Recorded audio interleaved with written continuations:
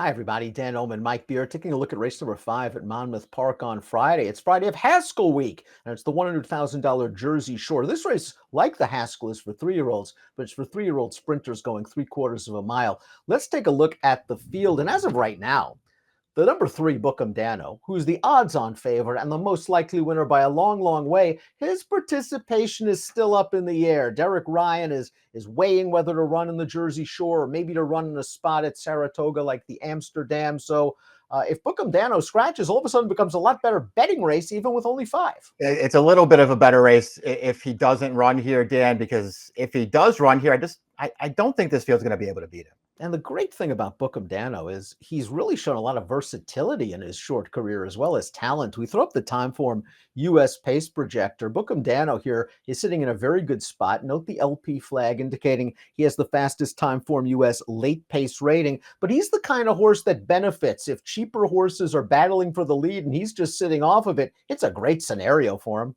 It doesn't feel like he could be compromised by pace. I mean, he's exiting a Grade 1 win at Saratoga last month, where the pace was wicked in front of him, and he was fine with that. He just sat off it, not too far away, came running through the stretch in a really fast win. Let's talk about some of the others. They've got some lengths to make up on Bookham Dano, at least on the Beyer speed figure scale, but they've shown some promise in their career. The number 1 is Jasper's Pride. Let's watch his most recent start where he dead heats for 3rd. He won 2 races in a row against fellow New Jersey breds coming into this spot, and he's got a long way to come over this sloppy going. This is a pretty likable late stretch kick, though, to only get beaten a length. I appreciate that he makes up ground in here because there aren't a bunch of other horses closing in this race. I thought this was a good performance, another step in the right direction for him. I really like the way he's improving so far as a 3-year-old. I mean, he's got to take another huge step forward in here, but this horse has a chance to be okay. The powerful Chad Brown stable is represented by the 2, Proprietary Trade. They tried to stretch this guy out to a 1-turn mile 2 starts back, and he ran into a pretty good horse, Doc Sullivan. It just didn't appear like this horse really wanted to stay the mile. So they cut him back, and they sent him to Monmouth for a little class relief, and it worked out, but just barely. Proprietary Trade showed big early speed, opened up a clear lead, and he is all out to hold off this runner-up. Yeah, I mean, he looks like he's in deep water here at the end of the race, Dan. So he's pretty game here to hold on at the end of this thing. A good performance. So far, his running style has been to sort of be aggressive and go to the lead in his races. And if that pace projector's right, maybe this isn't the right kind of race to be trying that in. But he's pretty good. And if he gets the right trip in this race, he can be there at the end. The New Jersey bred Bookham Dano has looked so good throughout his career, winning 5 of 7 starts. 2 runner-up efforts and close runner-up efforts in that, including the Saudi Derby, where he's pipped on the line by Forever Young, who came back to win the UAE Derby and just missed when 3rd in the Kentucky Derby. They turned that back Bookham Dano last time, the 7/8. This seems like his distance. 3/4, 7/8. Mike mentioned the fast pace in the Woody Stevens, but I love the turn of foot Bookham Dano showed on the turn to open up a clear lead, and he's able to hold the closers off at the wire. Yeah, he just ran really, really well in here. The pace was fast, but again, he was the one who was able to keep it within range. He took over. He had a big lead in the stretch stand. The closers are coming. It's too late. Just a really good performance. You can it's all there on paper. I mean, this horse has been good from day one, and his best race probably makes him too good for these horses. Bucarino with the number 4 was a runaway winner when entered for the $75,000 tag at Parks 2 starts back. He was able to get to a pretty easy lead. I know he went quick, but to me, that track at Parks, just watching the races that day, seemed to favor all speed. They ran him back in the Gold Fever. He put pressure on the leader before tiring. The leader kept on going, though. Don't love his loss last time, and it's not a terrible performance, but I didn't see a huge excuse for him. He had all the best of it when he earned the top figure 2 starts back.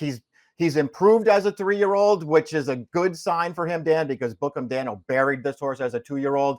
I mean, he's better now, but how much better is the question? Maybe Let's Go Mark's the kind of horse you could use underneath if the favorite runs in here to spice up your exotics.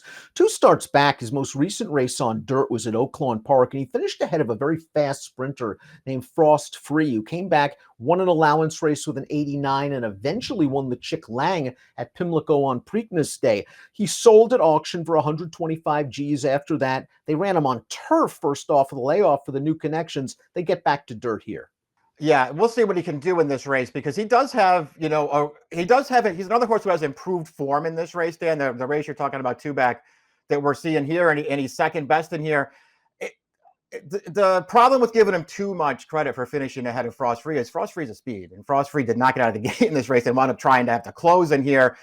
I don't know, man. He's going to have to run the race of his life to be effective here, and he's got other speed to deal with.